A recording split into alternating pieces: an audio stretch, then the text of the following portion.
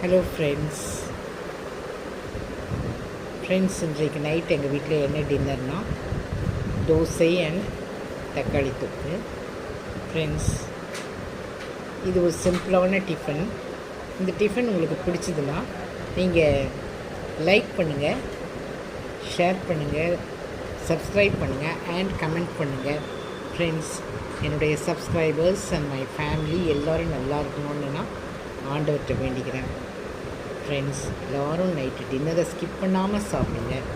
சாப்பிட்டுட்டு நிம்மதியாக சந்தோஷமாக தூங்குங்க. எப்பொழுதும் சந்தோஷமாக இருங்க.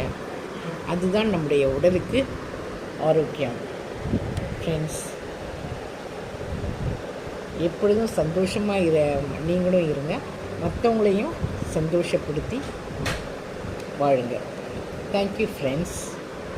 Good night.